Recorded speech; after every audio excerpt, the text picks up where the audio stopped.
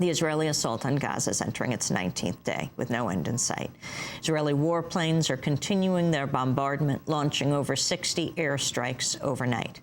Meanwhile, Israeli troops have edged closer to the heart of the densely populated Gaza City and are engaged in street fighting with militants. Since Israel's offensive began on December 27th, nearly 1,000 Palestinians have been killed, more than 4,400 have been injured, and an estimated 90,000 have fled their homes. 13 Israelis have died over the same period, 10 of them soldiers, including 4 by so-called friendly fire. As the war continues, humanitarian concerns are mounting. The chief UN aid official for Gaza, John Ging, has appealed to the international community to protect Gaza's civilians, calling it a, quote, test of our humanity. Meanwhile, a UN watch group has accused Israel of showing a manifest disrespect for the protection of children in Gaza. According to the UN Committee on the Rights of the Child, more than 40% of those killed in Gaza are women and children. On Tuesday, the head of the International Committee of the Red Cross visited Gaza and said what he saw was shocking. ICRC President Jakob Kellinger said, quote, it's unacceptable to see so many wounded people. Their lives must be spared and the security of those who care for them guaranteed. Despite a UN Security Council ceasefire resolution last week, Israeli Defense Minister Ehud Barak said the military operation will continue. Our next guest is widely regarded as one of the world's leading authorities on the Arab-Israel conflict. Avi Shleim served in the Israeli army in the mid-1960s. He's now a professor of international relations at Oxford University.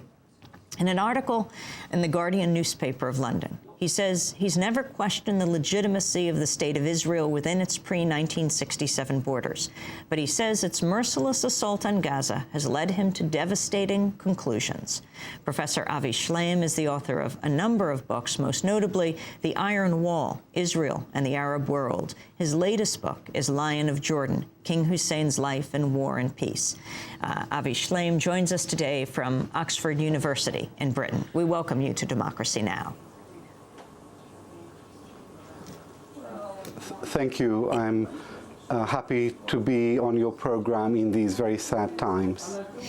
As you look at what's happening in Gaza from your vantage point, well, many miles away in Britain, can you talk about the kind of trajectory your evaluation has taken, where you started and your thoughts about Israel and where you are now? As you mentioned, I did national service in the Israeli army in the mid-1960s. And in those days, Israel was a small state surrounded by enemies, and the nation was united in face of the surrounding Arab states. We all felt total commitment to the State of Israel and to the defense of the State of Israel. The Israeli army is called the Israel Defense Forces, and it was true to its name. But 1967, the War of June 1967, was a major turning point in the history of Israel and the history of the region. In the course of the war, Israel captured the Golan Heights from Syria, the West Bank from Jordan, and Sinai from Egypt. After the war, Israel started building civilian territories in the occupied territories in violation of international law. So Israel became a colonial power and an imperial power. And I, for my part, have never questioned the legitimacy of the Zionist movement. I saw it as the national liberation movement of the Jewish people, nor did I ever question the legitimacy of the State of Israel within its pre-1967 borders. What I reject totally, absolutely and uncompromisingly is the Zionist colonial project beyond the 1967 borders. So we have to distinguish very clearly between Israel proper within its pre-1967 borders, and Greater Israel, which began to emerge in the aftermath of the June 67 war and has completely derailed the Zionist project. And then specifically talk about Gaza, how it has developed and where it is today, right now, under assault by the Israeli military. In a long-term historical perspective, I would begin with the creation of the State of Israel in 1948. I wrote a book, which you mentioned in your introduction, called The Iron Wall, Israel and the Arab World.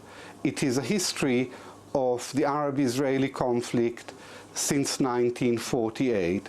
It's a very long book, but I can summarize it for you in one sentence, that throughout its 60 years, Israel has been remarkably reluctant to engage in meaningful negotiations with its Arab opponents to resolve the dispute between them, and only too ready to resort to military force in order to impose its will upon them. And the current vicious Israeli onslaught on the people of Gaza is the climax of this long-standing Israeli policy of shunning diplomacy and relying on brute military force. We're going to break and then come back to Professor Avi Shleim. He's professor of international relations at Oxford University, served in the Israeli military. His latest book is called Lion of Jordan. He is one of the world's leading scholars on the Arab-Israel conflict. Stay with us. Until